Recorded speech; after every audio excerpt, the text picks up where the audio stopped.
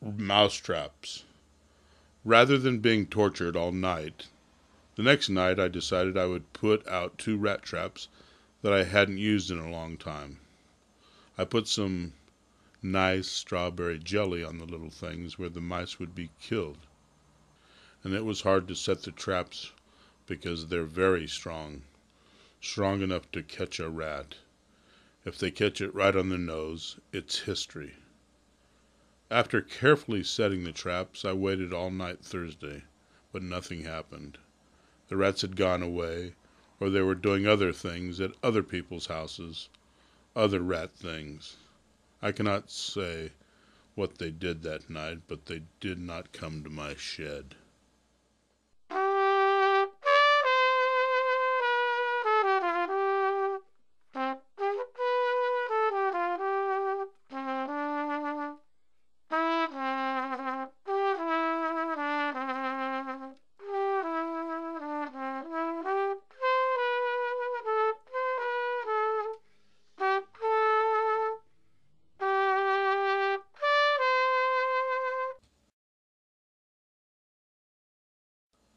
Raven's birthday party. Friday night. It's Raven's birthday party in Malibu. Everyone that's bitchin' in the world is at this party. Especially James Mathers, who knows he's the center of freaky attention, and his weird fucking girlfriend Log, who came dressed like little Abner's sister, with funny socks, a funny hat, and couldn't quickly enough be doing the splits on the floor, trying to contort her vagina in an assortment of foul-looking positions. I left the party shortly after Log was making a complete fool of herself, deciding not to have drinks as I passed the bar because it's a long drive back to the Grizzly Adams shed. It's Friday night, and I couldn't wait to get back to my mousetraps to see if there's any fresh meat in them. But there wasn't, so I just went to bed. I think I dozed off about 12 o'clock, and I'm dreaming beautiful thoughts about being in heaven the day the world ends and we're all murdered. And it's a pleasant dream, watching myself fall from a cliff and getting crushed upon the rocks. And snap! One of the traps is set off. But I'm thinking, this is part of my dream. I'm in heaven. I'm catching rats like they're going out of style. But no! I awake, and I jump to the chest of drawers. And there in the trap are these bulging eyes of a young rat being choked out so horribly that I had to look away. This was such a small rat that he got stuck right across the back of his neck. No air could come in because my mousetraps are so powerful. Some mousetraps seem a little weak, but these are nasty. I couldn't stand seeing this poor rat gasping and twitching and turning and trying to get loose from that trap that had pinned him. Pinned so good that his heart was lunging and lunging and lunging. I was frightened because I knew that would happen to me someday. So he died. I didn't take him out.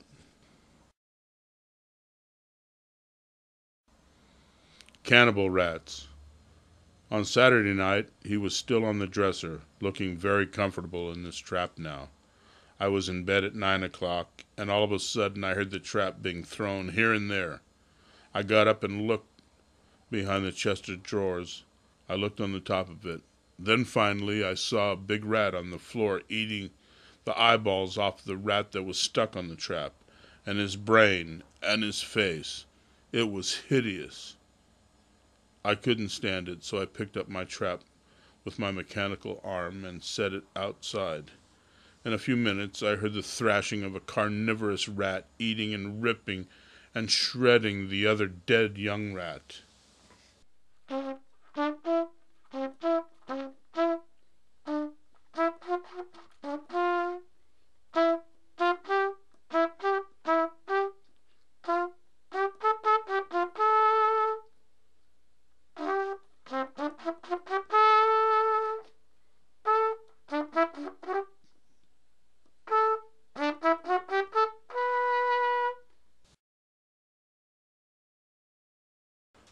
Flying rats. All of a sudden I heard a bag that was hanging from my ceiling move around. I got up, and sure enough, a big-ass rat had jumped in there and was eating the food inside. So I took a soup can and just bashed his head. All it took was one time. Boom! And he started doing the death shakes. Then I went outside and dumped the bag out, and there he was with little X's over his eyes, blood coming from his mouth, deader than a doornail. The rats are really pushing their luck when they go inside a plastic bag to try to eat the fruit. That's how I have my room set up. I've even heard them leap in the middle of the night and fall onto the floor or bounce off the furniture. It's really gnarly.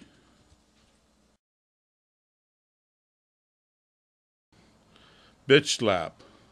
I walked into the shed and there was a little brazen young pup that was probably 6 months old sitting on the bureau, looking at the old surfer man. He was staring back at me with no fear, so I had to reach down and take a swing at him.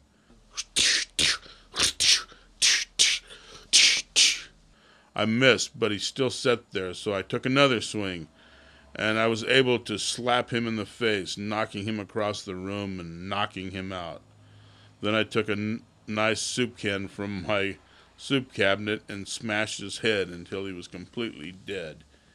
And then he was tossed into oblivion over the hill and down towards the creek.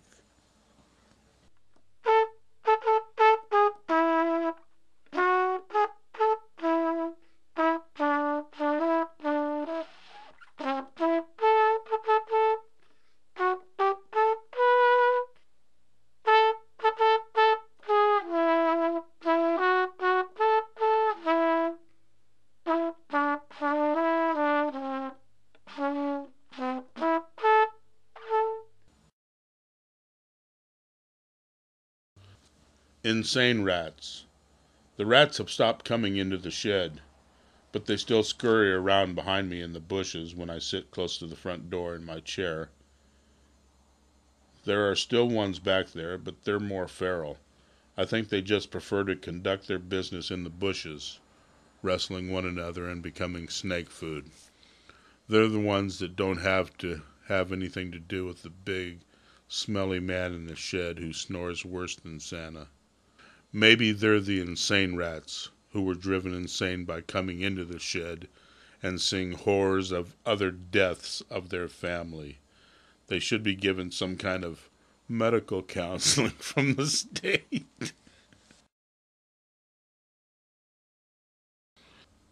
Lingering rats. I thought I had taken care of all the rats inside the shed, but there are still one or two lingering because I heard them last night, running around the floor and chewing on things. I think some of their offspring have learned the ways of the dead rats, and they will not leave me alone. They are trying to drive me crazy until the shed is their kingdom.